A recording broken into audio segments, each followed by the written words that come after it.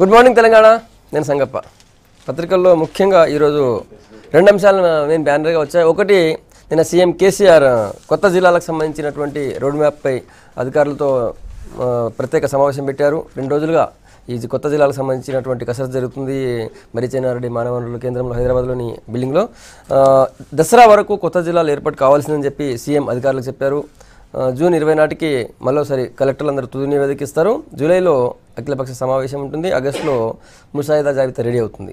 ఇది కొత్త జిల్లాల ఏర్పాటుకు సంబంధించినటువంటి రోడ్ మ్యాప్. ఇది ప్రధానంగా ఉన్నటువంటి మెయిన్ బ్యానర్. ఒకటి, ఇంకో బ్యానర్ చూసినట్టయితే జాతీయ వార్తల్లో నిన్న ప్రధాని నరేంద్ర మోడీ అమెరికా చట్టసభల సంయుక్త సమావేశంలో ప్రసంగించారు. అద్భుతమైనటువంటి రెస్పాన్స్ వచ్చింది అక్కడ ఉన్నటువంటి కాంగ్రెస్ సభ్యుల నుంచి. ఉగ్రవాదంపై అందరూ కలిసి ఒక్క గొంతుకతో పోరాడాలని చెప్పారు. ద్వేషం, హత్య, హింసాకాండలే ఆ ఉగ్రవాదానికి సిద్ధాంతాలని చెప్పారు. మతాన్ని, ఉగ్రవాదాన్ని వేరు చేయాలని కూడా చెప్పారు.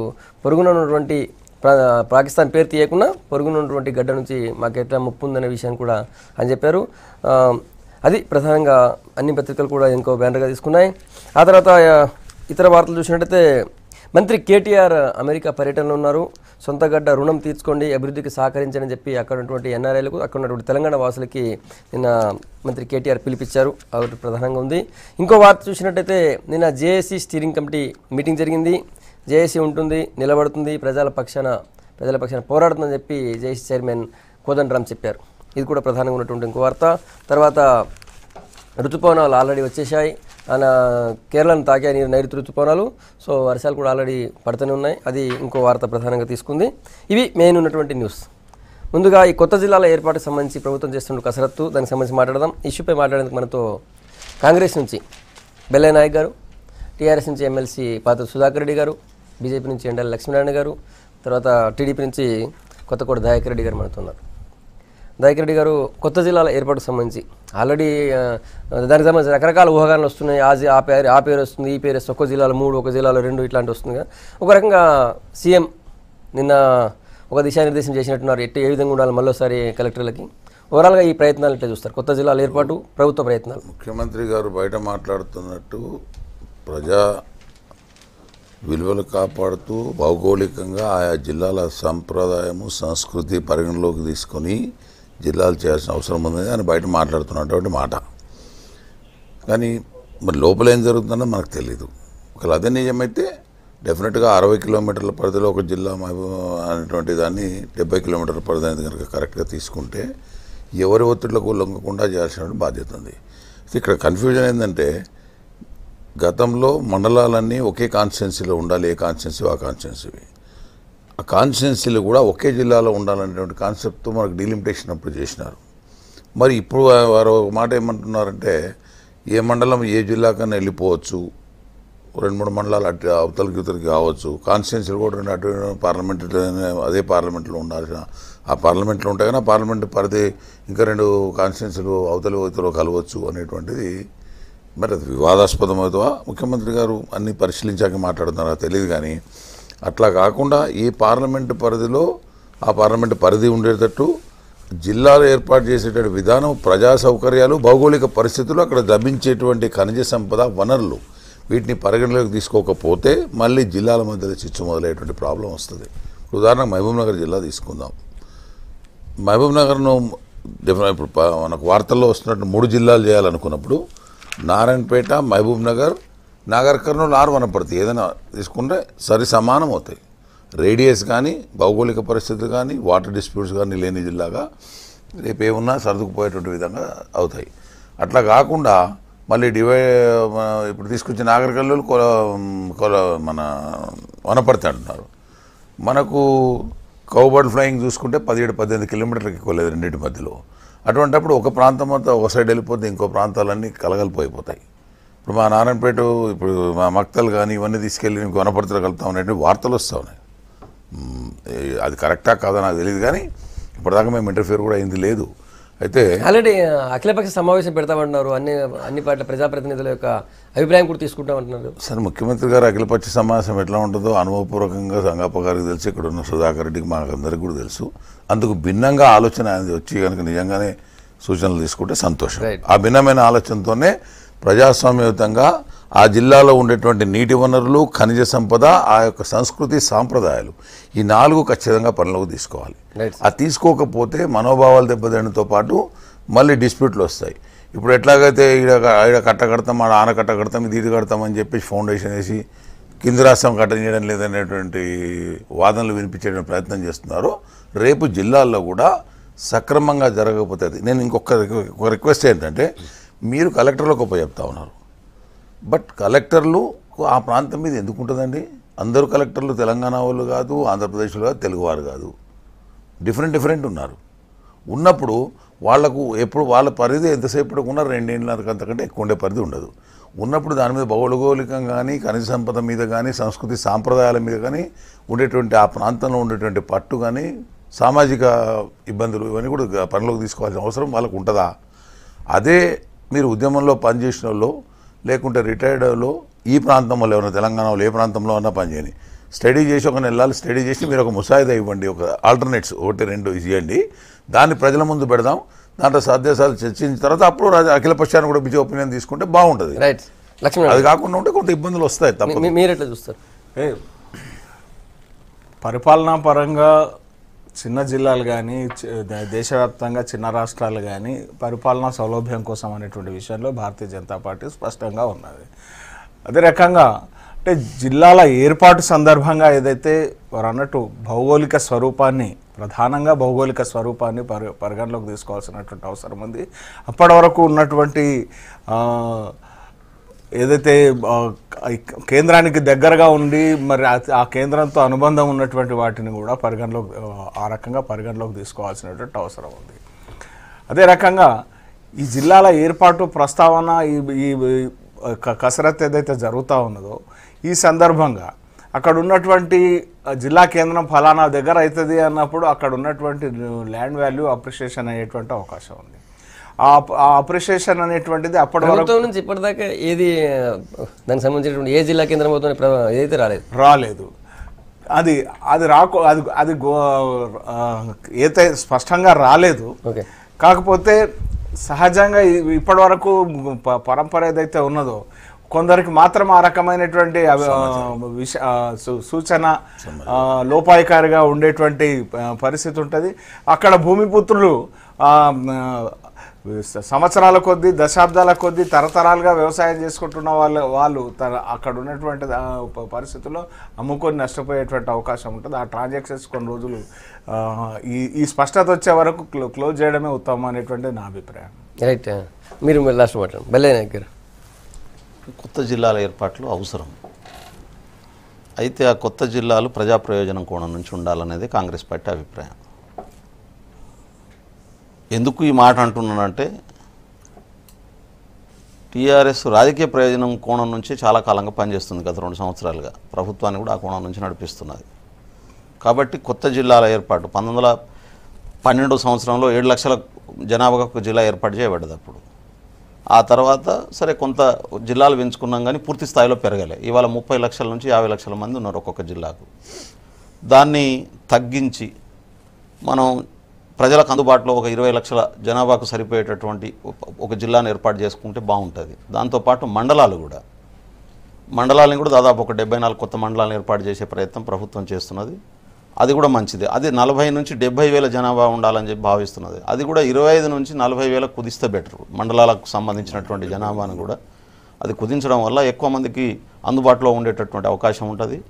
రెండవది, ఆఫీసర్ల మీద వదిలిపెట్టడం కరెక్ట్ కాదంటున్నాను నేను. ఆఫీసర్లు చూడాల్సిందే, వాళ్ళు మ్యాప్లు తయారు చేయాల్సిందే. కానీ దాని మీద అవగాహన ఉన్నటువంటి వాళ్లను కూర్చోబెట్టుకోవడం, ఒక్కొక్కసారి పక్కనే ఉంటుంది, జాగ్రఫికల్గా చూస్తారు ఆఫీసర్ మ్యాప్ పెట్టుకొని, పక్కనే కనబడుతుంటుంది. కానీ ఆ మండలం నుంచి ఇక్కడికి రావడానికి చాలా ఇబ్బంది పడుతుంది. ఫర్ ఎగ్జాంపుల్, మా వరంగల్ జిల్లా ఇంతకుముందు కొత్తగూడెం మండలం, కొత్తగూడెం అనే మండలం నర్సంపేట అసెంబ్లీ సెగ్మెంట్లో ఉండేది. అసెంబ్లీ పునర్వ్యవస్థీకరణ జరిగినప్పుడు దాన్ని తీసుకుపోయి ములుగులో పెట్టారు. 4 నియోజకవర్గాలు క్రాస్ చేసి ములుగుకు పోవాల్సినటువంటి పరిస్థితి వచ్చింది ఆ ప్రజలకు. అంటే అట్లా ఆఫీసర్ జాగ్రఫికల్గా చూసి చేయడం వల్ల జరిగినటువంటి నష్టం, చాలా ఇబ్బంది పడుతున్నటువంటి పరిస్థితి ఉన్నది. ఇప్పటికే రోడ్లు, ఆ గుట్టలకే రోడ్లు వేసుకోలేనటువంటి పరిస్థితి కొనసాగుతున్నది. కాబట్టి ఇప్పుడు జిల్లాల మార్పు జరిగిన, మండలాల మార్పు జరిగిన, ఒకటి స్పష్టంగా ప్రజా ప్రయోజనం కోణం నుంచి జరగాల్సినటువంటి అవసరం ఉంది. రెండోది, ప్రజలకు అందుబాటులో ఉండేటటువంటి పద్ధతుల్లో దాన్ని చేయాల్సినటువంటి అవసరం ఉంది. ఇప్పుడు ప్రభుత్వం పెట్టిన ప్రతిపాదనను కూడా తగ్గించుకొని నేనేమంటే 70,000 దాకా మండలాలు కాకుండా దాన్ని 25 నుంచి 40,000 కుదించాల్సినటువంటి అవసరం ఉంది. జిల్లాల ఏర్పాట్లు కూడా అదే పద్ధతిలో ఉండాలని చెప్పి ఇప్పుడు ఒక ముసాయిదాను ప్రకటించినట్టుగా పేపర్లో వస్తుంది, మరి లీక్ అనుకుంటా. అది 25 జిల్లాలకు సంబంధించినటువంటి ఏర్పాటు చేసుకుంటాం అనేటటువంటి మాటను తీసుకొస్తున్నారు. అది మంచిదే. జిల్లాల సంఖ్య అయితే అఫీషియల్గా రాలేదు. దీని మీదనే నిన్న మొన్న 2 రోజులు కలెక్టర్ల సమావేశంలో చర్చ జరిగిందని చెప్పి పేపర్లలో వచ్చినటువంటి అదే కరెక్ట్ అయితే మాత్రం ఇంకా కొంత దాంట్లో మార్పులు చేయాల్సినటువంటి అవసరం ఉంది. అయితే ఆల్ పార్టీ మీటింగు పెట్టి ఒకటి కాదు 2-3 సార్లు పెట్టాల్సినటువంటి అవసరం సంగప్ప నిన్న ఇంతవరకు దాకా ఇచ్చినటువంటి ఒక సూచనల ప్రాతిపదిక మీద కలెక్టర్లు ఒక ముసాయిదా ప్రాతిపదిక తీసుకొచ్చారు. దాని మీద కూడా ఇంకా ఎక్సర్సైజ్ చేయమని స్పష్టంగా నిన్న ముఖ్యమంత్రి గారు చెప్పారు. ప్రజల కోణంలో ఆలోచన చేయండి, రాజకీయ ఒత్తిళ్లు ముఖ్యం కాదు. కాబట్టి ఎట్లనైతే పెద్దలందరూ చెప్పినారో అందరూ కూడా మౌలికంగా మాత్రం జిల్లాలు ఏర్పాటు అవసరం అనేటువంటి ఒక మాటకు ఒప్పించినాం. వచ్చిన తర్వాత జిల్లాలు ఎట్లుండాలి, ఎందుకంటే అక్కడ ఉండేటువంటి ఒక వనరుల ప్రాతిపదికను ఆధారంగా చేసుకొని భౌగోళికంగా ఆలోచించాలనేటువంటి ఒక సూచన ఉన్నది. ఇది అందరూ చెప్తున్నటువంటి ఒక విషయమే.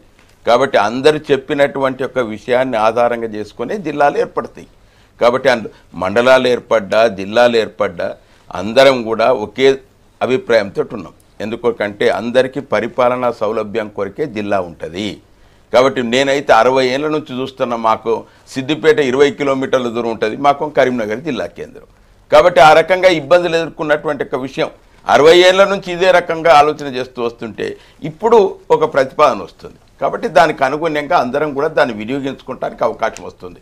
కాబట్టి అందరూ ఒకే అభిప్రాయంతో ఉన్నారు. కాబట్టి ఇప్పటికైనా కలెక్టర్లకు వారి వారి అభిప్రాయాలు తెలియజేసినట్టయితే రేపు వచ్చేటువంటి ఒక రోజుల్లో షెడ్యూల్ రోడ్ మ్యాప్ ఇచ్చారు. ఆ మ్యాప్లో స్పష్టంగా ఉన్నది. అందరం సమగ్రంగా ఆలోచన చేసి జూలై 10-11 తేదీల్లో అఖిలపక్ష సమావేశం ఉన్నది. ఆ సమావేశంలో ఇవన్నిటి కూడా ఇంకా లోతుగా పరిశీలన చేసి ఇంకా జిల్లాలు ఇంత అనేటువంటి ఒక పరిమితి లేదు, మండలాలు ఇంత అనేటువంటి ఒక పరిమితి లేదు. ఇగో ప్రజలకు అవసరం ఉన్నది, ఇగో ఈ మండలం చేయాల్సిందే అంటే గ్యారంటీ చేద్దాం. కాబట్టి దీంట్లో బేసిజాలు ఏం లేవు.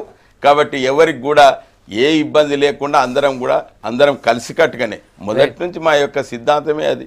కాబట్టి అందరం కలిసి బంగారు తెలంగాణ కలిసికట్టుగానే వచ్చి అందరం దీన్ని మంచి జిల్లాలు ఏర్పాటు చేసుకుందాం, మండలాలు చేసుకుందాం, రెవెన్యూ డివిజన్లు చేసుకుందాం. కాబట్టి అందరం ఒకే అభిప్రాయంతో ఉంటే బాగుంటుంది. అందరము ఒకటే అభిప్రాయంతో ఉన్నాము, అందరం దాన్ని స్వాగతిస్తున్నాం. అవసరం తెలంగాణ ఏర్పాటైన తర్వాత అని. కానీ చేసే విధానంలో ముఖ్యమంత్రి గారి ప్రకటనకు అనుగుణంగానే అక్కడ ఉంటేనేమో ఇబ్బంది లేదు. దానికి అనుగుణంగా ఉంటాయా లేదా అనే దాంట్లో ఉన్న అనుమానాలు తీర్చాల్సిన బాధ్యత ఉంది. మీరు అఖిలపక్షం పెడతారన్నారు, ఎక్కడ స్టేట్ లెవెల్ పెడతారా? అంతే కదా, స్టేట్ లెవెల్ పెడతారా? జిల్లాలలో మీకు ఎవరికి వారికే స్వేచ్ఛ ఉన్నదా? చెప్పుకునే స్వేచ్ఛ లేదా? జిల్లాలో పెట్టండి.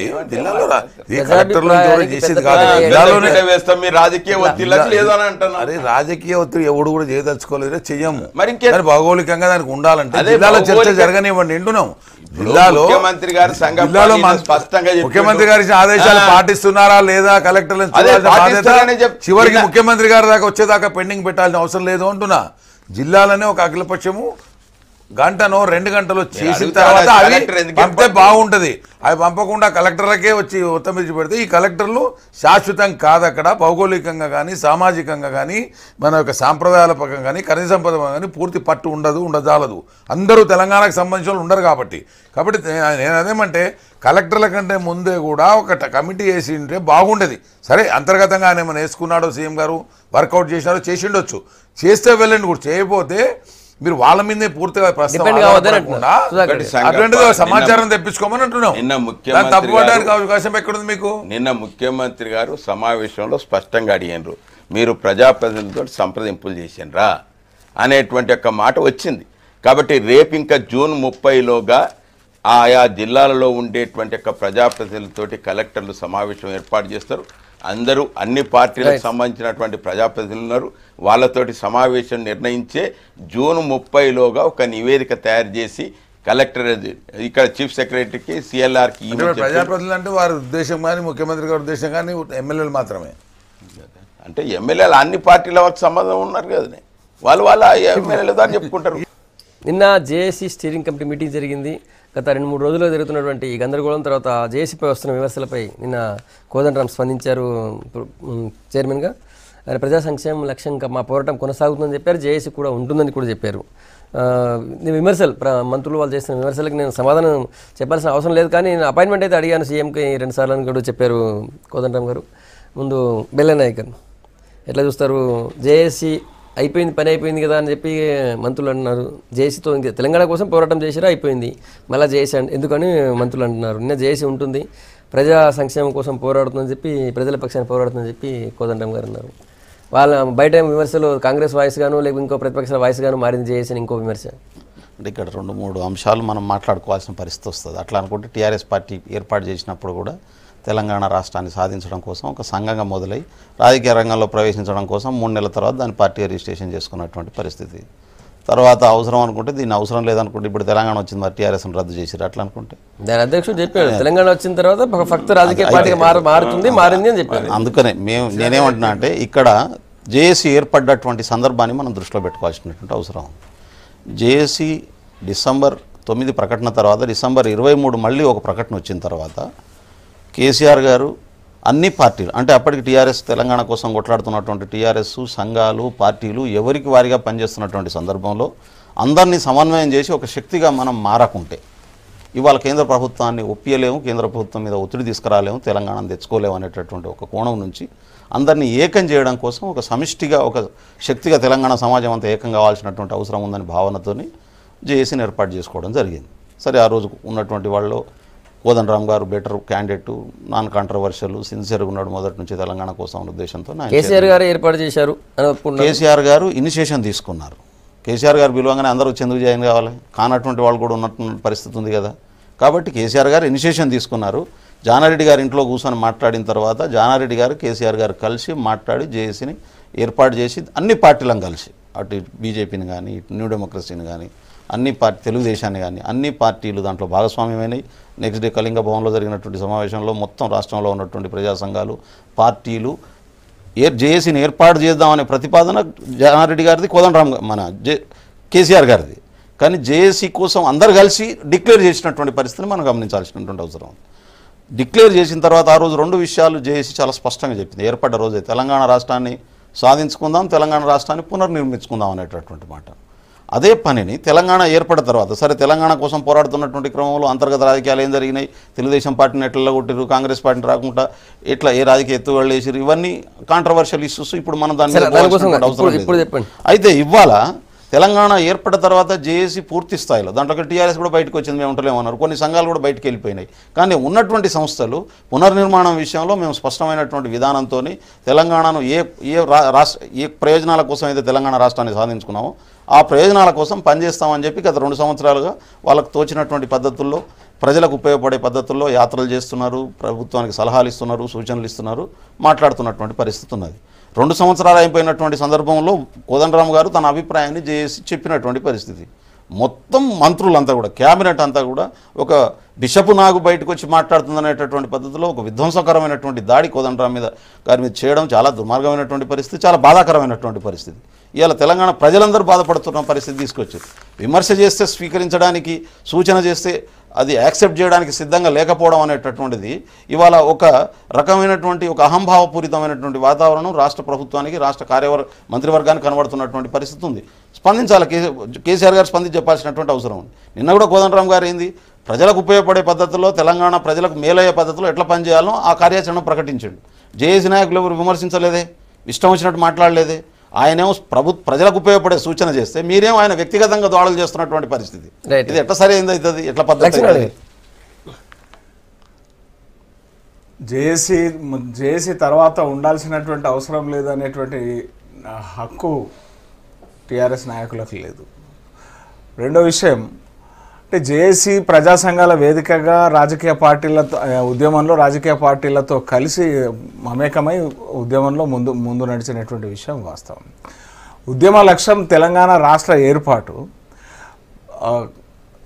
ఏర్పాటు అనంతరం ఆ రోజు కోదండరాం గారు చెప్పినట్టు రాష్ట్ర ఏర్పాటు అనంతరం రాష్ట్ర అభివృద్ధి లక్ష్యం దిశలో నడిచేటువంటి విషయంలో అవసరమైనటువంటి విధంగా స్పందించడం అనేటువంటిది. మీకు ఎక్కడ హక్కు ఉన్నది అని మాట్లాడము విమర్శలు చేయడం ఏదైతే ఉన్నదో వారి యొక్క అంటే లోపాన్ని సూచిస్తున్నది. అది సరైనటువంటి విషయం కాదు. మరొక వైపు తెలంగాణ జాగృతి, తెలంగాణ ఉద్యమంలో తెలంగాణ జాగృతి ఒక సొంత దుకాణంగా ఒకరు పెట్టుకోవడం జరిగింది. తెలంగాణ జాగృతి తెలంగాణ రాష్ట్ర ఏర్పాటు తర్వాత తెలంగాణ జాగృతి చీఫ్ పొలిటికల్ పార్టీ అభ్యర్థిగా నిలబడి ఎలక్షన్లో గెలిచిన తర్వాత తెలంగాణ జాగృతి కొనసాగుతుంది. ప్రజా సంఘాల వేదికగా ఉన్నటువంటి జేఏసీ మరి కొనసాగే విషయంలో ప్రశ్నించే హక్కు, నైతిక హక్కు ఎక్కడ ఉన్నది వీళ్ళకు? ఇది సరికాదనేటువంటి విషయం స్పష్టంగా తెలియజేస్తాం. అంతేకాదు ఇవాళ నిన్న కోదండరాం గారు ప్రస్తావించినటువంటి అనేకమైనటువంటి అంశాలు ఆత్మవిమర్శ చేసుకోవాల్సినటువంటి అవసరం తెలంగాణ రాష్ట్ర సమితికి ఉందనే విషయం చెప్తాను. తెలంగాణ ఉద్యమంలో పదే నిజాం షుగర్ ఫ్యాక్టరీ విషయంలో మాట్లాడారు. ఇవాళ నిజాం షుగర్ ఫ్యాక్టరీ పునర్వైభవం తీసుకొస్తామనేటువంటి లక్ష్యం ఉద్యమంలో చెప్పడం జరిగింది. ఎన్నికల్లో ముఖ్యమంత్రి గారు అక్కడ ఎంపీగా పోటీ చేసినటువంటి కవిత గారు చెప్పడం జరిగింది. ఇవాళ తెలంగాణ రాష్ట్రం ఏర్పాటైంది. కొండ నాలుకకు మందేస్తే ఉన్న నాలుక పోయినట్టు ఏదైతే నడిచే ఫ్యాక్టరీని వాళ్ళకు క్లోజ్ చేసారు. చెరుకు లేదా అంటే చెరుకు ఉన్నది. ఉద్దేశం ఏందండి? అంటే ఈ రకమైనటువంటి తీరు ఏదైతే ఉన్నదో ఇది ఒక్కటే కాదు గత ప్రభుత్వంలో అంటే ఎస్సీ ఎస్టీ సప్లాన్ ఏర్పాటు చేసుకున్నాం. ఎస్సీ ఎస్టీ సప్లాన్ ఏర్పాటు చేసుకొని ఆ నిధులు సంపూర్ణంగా ఎస్సీ ఎస్టీలకు ఖర్చు సంక్షేమం కోసం, మౌలిక సదుపాయాల కల్పన కోసం ఖర్చు చేయాలి. మరి ఈ రాష్ట్రం వచ్చిన తర్వాత బడ్జెట్లో కేటాయింపుల్లో 20-25%, 30% మించి డెఫినెట్గా జేఏసీ అనేది ఉండి తీరాల్సింది. దాంట్లో ఏం అనుమానం పడాల్సిన అవసరం లేదు. వీళ్ళు ఉలిక్కిపడాల్సిన అవసరం లేదు. ఏ జేఏసీ వల్ల అయితే మనకు తెలంగాణ సాధనలో అందరినీ ఒక వేదిక మీదకి తీసుకురావచ్చు ప్రయత్నం ఎందుకు జరిగింది? ఒక కేసీఆర్ పిలిస్తే అందరూ రారని, ఒక రాజకీయ విభేదాలు ఉంటాయని ఒక జేఏసీ త్రూ అందరినీ ఒక వేదిక మీదకి తీసుకురావాలనే ప్రయత్నం జరిగింది. ఆ ప్రయత్నంలో కూడా ఆయన ఉండొద్దు ఈయన ఉండొద్దు అని కమాండింగ్ చేసే ప్రయత్నం చాలాసార్లు కేసీఆర్ గారు చేయడము, సున్నితంగా తిరస్కరించడం, అందరూ ఉంటేనే సాధింపవుతుందనేటువంటి సంజాయింపులతో ఆ పర్వం గడిచిపోయింది. తెలంగాణ వచ్చిన తర్వాత జేఏసీ అవసరం లేదనే మాట ఏ రకంగా వీళ్ళు చెప్పగలుగుతున్నారు? జేఏసీ అనేది ఉద్యోగస్తులు, ప్రజా సంఘాలు, లైక్ మైండెడ్ వాళ్ళు, అభివృద్ధి కామకులు, తెలంగాణ చరిత్ర తెలిసినటువంటి వాళ్ళందరూ కూడా ఏ రకంగా అయితే తెలంగాణ ఉండాలని కోరుకొని చేశారో ఆ రకంగా పోవడం లేదు.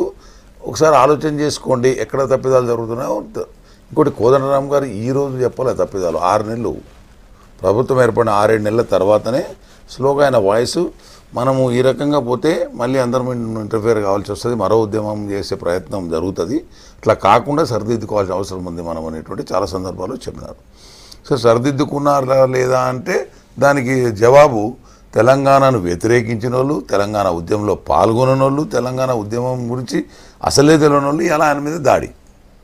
అంటే అది ప్రజాస్వామ్యంలో ఎంతవరకు కరెక్ట్ మనం ఆలోచన చేసుకోవాలి. ఇలా కోదండరాం గారు చెప్పినటువంటి విషయాలు ఏదైనా విభేదిస్తే అది కాదు ఇది చేయగలుగుతాం ఇంకా చేయాలనుకుంటాం అన్నదానికి కూడా సరిపోద్ది.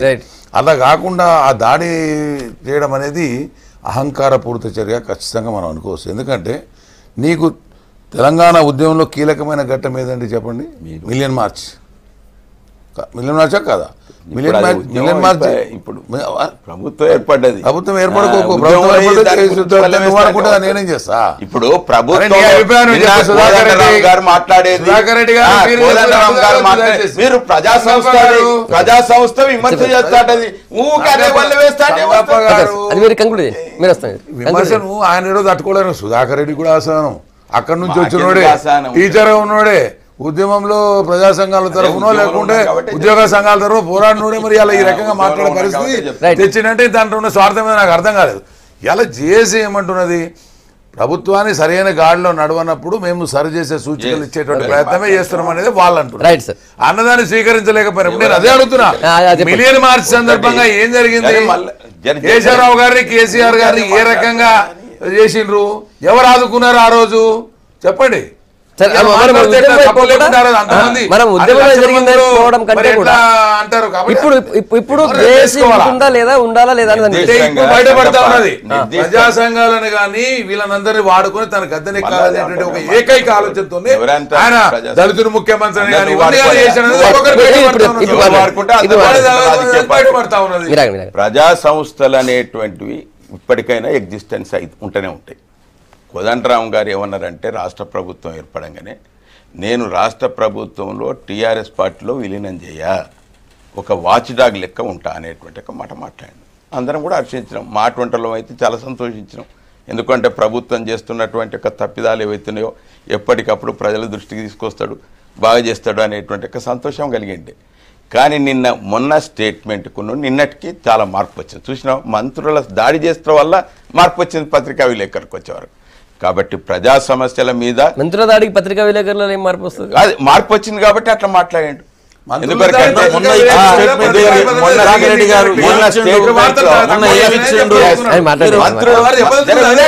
మంత్రులు ఎందుకు ప్రభుత్వం మీద వినండి, ప్రభుత్వం మీద నీకు చేత కాకపోతే దిగిపో అన్న పదానికి వాళ్ళ మంత్రులు దాడి చేశారు. మేము బాగా చేస్తున్నాం. సామాజిక దృక్పథం ఏదైతే తెలంగాణ ఉద్యమంలో చెప్పినామో ఆ చెప్పిన దానికి అనుగుణంగా ప్రభుత్వ పథకాలు పెట్టి దానికి అనుగుణంగా నిధులు ఇచ్చి ప్రజల మనల్ని పొందుతున్నాం. దానికి అనుగుణంగా ఎప్పటికప్పుడు ఫలితాలు వస్తున్నాయి.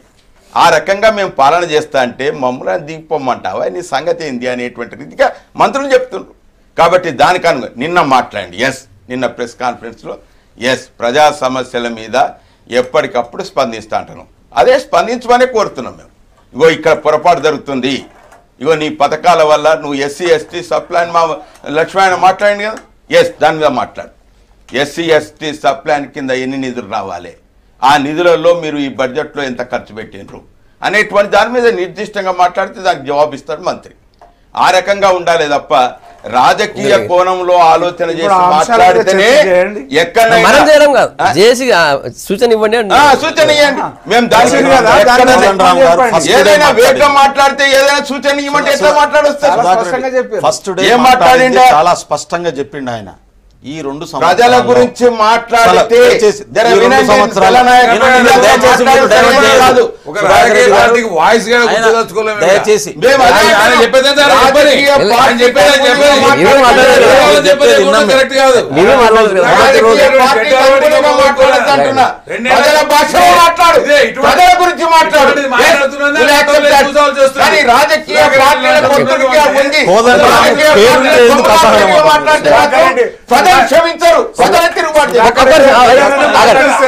రాజకీయ రాజకీయ పార్టీల మాట్లాడితే చెప్పండి. చాలా స్పష్టంగా చెప్తున్నాను. మొదటి రోజు కోదండరామ్ గారు మాట్లాడింది JAC voice, Congress voice, Telugu Desam party voice, టీఆర్ఎస్ను ఇబ్బంది పెట్టడం కోసం మాట్లాడిన వాయిస్ కాదు. చాలా స్పష్టంగా ఏమన్నాడు ఆయన అంటే, ఆ మీటింగు తెలంగాణ విద్యావంతుల వేదిక మీటింగు 2 సంవత్సరాలు పూర్తయిన సందర్భంగా ఈ 2 సంవత్సరాల్లో మొత్తం 27 అంశాలు ఏదైతే టీఆర్ఎస్ పార్టీ ఉద్యమ సందర్భంగా ఇచ్చిన హామీలు కావచ్చు, ఎన్నికల మేనిఫెస్టోలో ఇచ్చినటువంటి హామీలు కావచ్చు, ఈ అన్ని హామీల మీద 2 సంవత్సరాలుగా ఏం జరిగిందో ఒక బుక్లెట్ వేసి ఆ బుక్లెట్ను విడుదల చేస్తూ మాట్లాడినటువంటి సందర్భం. ఇది చాలా స్పష్టంగా మనం చూడాల్సినటువంటి అవసరం ఉంది. ఈ 2 సంవత్సరాల్లో ఏ హామీ ఎంతవరకు అమలు చేసిర్రు, ఏది మొదలైంది, ఏది కాలేదు, ఏది అసలే మొదలు కాలేదు అనేటటువంటి అంశంగా చాలా స్పష్టమైన బుక్లెట్ని వేసిండ్రు. కన్ఫ్యూజ్ కావద్దు, మనం సమాజాన్ని డైవర్ట్ చేసి చేయొద్దు. గిరిజనులకు ఇచ్చిన హామీలు 16 హామీలు ఇచ్చిండ్రు, ఏది మొదలైంది, ఇంతవరకు ఏది మొదలు కాలేదు. దళితులకు ఇచ్చిన ఉద్యమంలో హామీ, ముఖ్యమంత్రి అనేది దళితుల ఉద్యమంలో హామీ. ఇప్పుడు ఎన్నికల హామీ కాదు, ఉన్నావు కాబట్టి కనబడలేదు నీకు. మీకు కనబడతలేదండి, మీకేం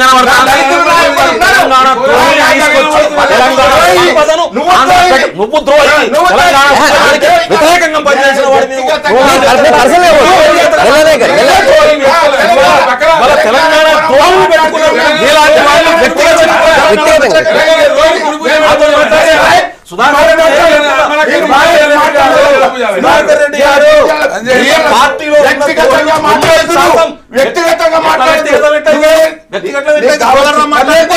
మల్లన్న సాగర్ చట్టం ప్రకారం తీసుకోవాలని ఇవాళ గిరిజనులకు ఇచ్చిన హామీ అమలు చేయకుంటే అడగడం వ్యక్తిగత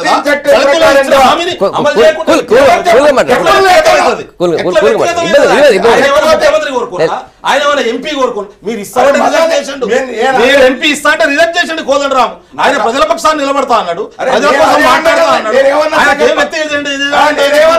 ఆయన ఎజెండా ఏమున్నది? వ్యక్తిగత దాడి చేస్తారని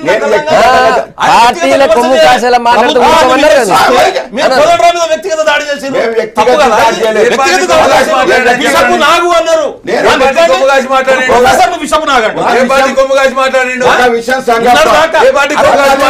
శ్రీనివాస్ యాదవ్ తెలంగాణ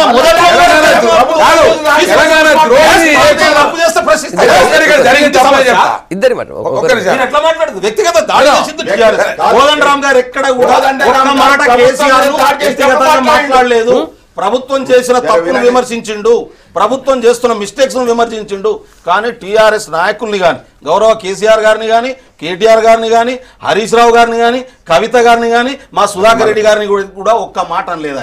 ఆయన చాలా స్పష్టంగా ఉద్యమంలో ఇచ్చిన హామీలు ఏమేమి ఉన్నాయి, ఎన్నికల మేనిఫెస్టోలో ఇచ్చిన హామీలు ఏమేమి ఉన్నాయి, ఈ రెండింటి మధ్యన ఉన్నటువంటి తేడాను చెబుతూ ప్రభుత్వం తెలంగాణ దీనికోసం తెచ్చుకున్నాం, ఒకవేళ మీకు చేత కాకుంటే దయచేసి దిగిపోండి అన్నాడు ఆయన.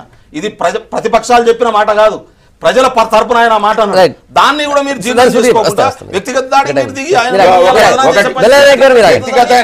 ఇప్పుడు ప్రభుత్వంలో ఉండేటువంటి మంత్రులు ఒకవేళ మనమే కోదండరామ్ గారు చేతగాకపోతే దిగిపో అన్న తర్వాత మంత్రులు స్పందించకపోతే పదుగురాడు మాట అబద్ధమైనా నేను నిజమవుతుంది. కాబట్టి ఆయనకు స్పందన, ఆయన మాట్లాడినప్పుడు నేచురల్గా మేము ప్రతిస్పందన ఉండవలసిందే ప్రభుత్వంలో ఉన్నటువంటి. కానీ ఆడ ఉద్యమం సంబంధించినందుకు వస్తాయి ప్రభుత్వాన్ని, నేను ప్రభుత్వంలో మంత్రిని, చాలా అంశాల విషయంలో బుక్లెట్ వేసారు. మరి మంత్రులు మాట్లాడేటప్పుడు ఆ బుక్లెట్కు సంబంధించి ఏదైతే మీ పనితీరు మీద ఉన్నటువంటి తేడా విషయాలు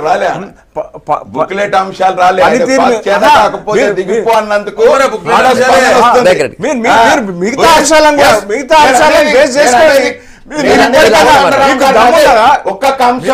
తెలంగాణ రాష్ట్ర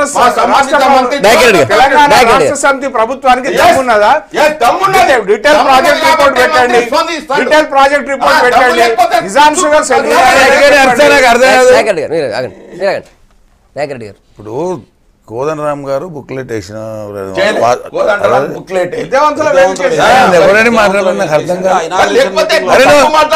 తప్పు మాట్లాడితే నువ్వు చెప్పబ్బా. నువ్వు టీచరు తప్పులు మాట్లాడిన టీచర్ కాలేవు, లాయర్ కాలేరు, మాకు తెలియదా? వద్దు, తొందర వద్దు. కోదండరామ్ గారు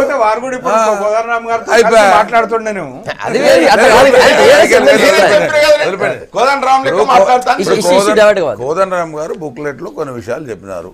ఈ బుక్లెట్లో ఉన్న తప్పు మేము జవాబు ఇస్తామనే మాట్లాడింటేనే ఇంత వివాదం ఉండేది కాదు. తెలంగాణ ఉద్యమానికి స్ఫూర్తిగా ఉన్నటువంటి ఉస్మానియా యూనివర్సిటీని పుట్టినటువంటి శక్తి అది. ఆ శక్తికి మూల కారణం కోదండరామ్ అనే సంగతి. దానికి ఆజ్యం పోసినా ఏం చేసినా ఆయన చేసినట్టు ప్రజా సంఘాలంతా కూడా ఒక వేదిక మీదకి తేగలినాడు. ఎందుకు? ఒక కేసీఆర్గా తేలేడు, ఒక పొలిటికల్గా అవుతుంది. ఆయన వ్యవహార శైలి దేశంలో రారనే ఉద్యమాన్ని అడ్డం పెట్టుకుని ఉద్యమాన్ని ముందు ఉద్యమం పేరుతో ఎన్ని తప్పులు జరిగినా అందరైతే కలిసి రావాలనే పద్ధతిలో కలిసిన మాట వాస్తవం. ఇలా దాంట్లో ఏదైనా తప్పులు జరుగుతున్నాయని చెప్తే కాదు, ఒకవేళ తప్పులుంటే సరి చేసుకుంటాం, మేము తప్పులు చేయలేదు, తప్పులు ఉంటే కూడా డెఫినెట్గా సరి చేసుకుంటాం, రెండేళ్ళని మేము వచ్చేనే మాట మాట్లాడితే సంతోషమే, దానికి ఎవరు కాదనేటువంటి అవసరం లేదు. కానీ బాల్క సుమను కుబుసం విడిచిన పాము ఎవరి స్థాయి ఏందో మరి జనాలు తెలుస్తారు, తెలిసారు, తేలవకేమి ఉండరు, తేలవక ఉండరు. అంతేగాని మాకు దమ్ము ఉంది, ధైర్యం, ఆ దమ్ము ధైర్యాన్ని ప్రజా సంక్షేమం చూపించండి అని చెప్పేది. చూపించినప్పుడు ఇప్పుడు ఆయన టీచర్స్ యూనియన్లో ఎన్నోసార్లు పనిచేసిండు. ఎంతమంది ముఖ్యమంత్రి మా సమస్యలు తెచ్చకపోతే దిగిపోను అనలేడా? చెప్పమని అనలేదని అనలేడని చెప్పమని చూద్దాం. చాలా మంది చెప్పారు. నీ మోహన్ రెడ్డి ఎన్నిసార్లు చూసా నేను, మోహన్ రెడ్డి స్టేట్మెంట్ చూడు, వెంకటరెడ్డి చూడు,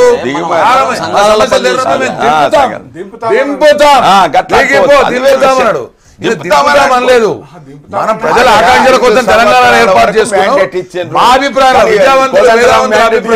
అన్నారు వాళ్ళు. చెప్పండి కంప్లీట్ గా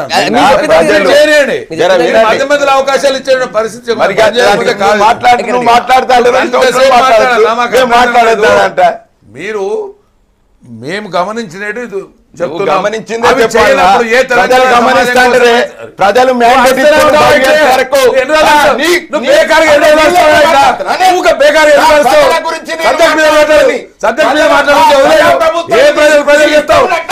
మాట్లాడతావు నువ్వు ప్రజల నుంచి వచ్చినావు కాదు కథ నీకు ఎందుకు ప్రజల నుంచి వచ్చాను నీకు తమ్ముడు ప్రజల నుంచి రా 10 మంది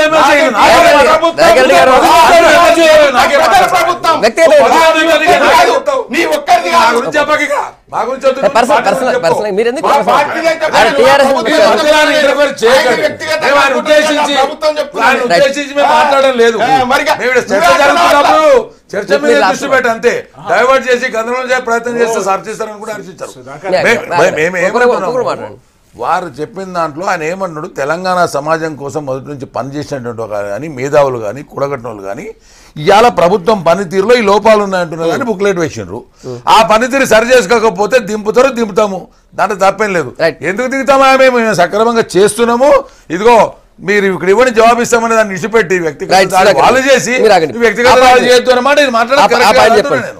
ఒకటి కోదండరాం వస్తే ఇలా టీఆర్ఎస్ ప్రభుత్వం రాలేదు, ఇలా దయాకర్ రెడ్డి అంటే టీఆర్ఎస్ ప్రభుత్వం రాలేదు. ప్రజలతోటి ఎన్నుకున్నటువంటి ఒక ప్రభుత్వం టీఆర్ఎస్ ప్రభుత్వం. కాబట్టి ప్రభుత్వం చేతగాకపోతే దిగిపో అన్నందుకు మా మంత్రులు స్పందించారు, మా ఎంపీలు స్పందించారు. వేరే రకంగా మీరు అన్నారు విధానాల విషయంలో అన్నారు, ఒక్కొక్క విధానం మీద చర్చ పెడదాం, మేమేం చేసినాం మీరేం చేయాలని అడుగుతున్నాం. మీరు అన్నారు ఇదివరకు ఏవైతే ఒక్క అంశం విద్యావంతుల వేదికలో మేము సంక్షేమ రంగంలో ఇన్ని కార్యక్రమాలు చేసినామని చెప్పినాం, అభివృద్ధి రకంలో ఇన్ని చేసినాం. తెలంగాణ ఏర్పడక ముందు కరెంట్ కష్టాలు ఉంటాయనే మాట చెప్పాను, కరెంటు కష్టాలు అధిగమించినట్లు ప్రాధాన్యత ప్రకారంగా మేము అన్ని కూడా చేస్తూ వస్తున్నాము. మీకు నచ్చకపోవచ్చునయా, నువ్వు ప్రభుత్వంలోకి వస్తే నువ్వు చేయి, నా ప్రభుత్వంలోకి వచ్చి ప్రజలకు అనుగుణ్యంగా ఉండేటువంటి రీతిగా ఇలా ప్రజల మనోరంజకంగా నీకు ఇష్టం కాకపోవచ్చునయా, నీకు ఇష్టం ఉండేటువంటి రీతిగా కాకపోవచ్చు.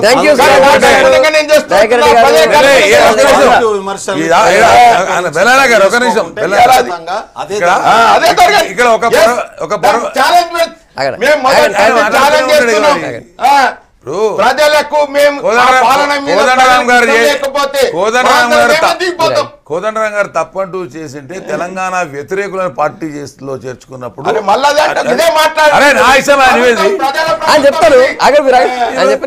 చేర్చుకున్నప్పుడు వాయిస్ ఇప్పాల్సి ఉండే. వీళ్ళంతా ప్రజాదవులు, తెలంగాణకు అడ్డుపట్టోళ్ళు, తుమ్మల నాగేశ్వరరావు గారు కానీ శ్రీనివాస్ యాదవ్ కానీ ఇటువంటి వాళ్ళు మీరు చేసుకోవడం వల్ల ప్రజాస్వామ్య స్ఫూర్తి దెబ్బతింటుంది అని అంటే బాగుంటుండే. ఆ పార్టీ లేబర్కి అంత రెడ్డి గారు, లక్ష్మీనారాయణ గారు, సుధాకర్ గారు, గుడ్ మార్నింగ్ తెలంగాణ మీ అభిప్రాయాలు చెప్పేందుకు రేపు మార్నింగ్ మళ్ళీ కలుద్దాం. స్టేట్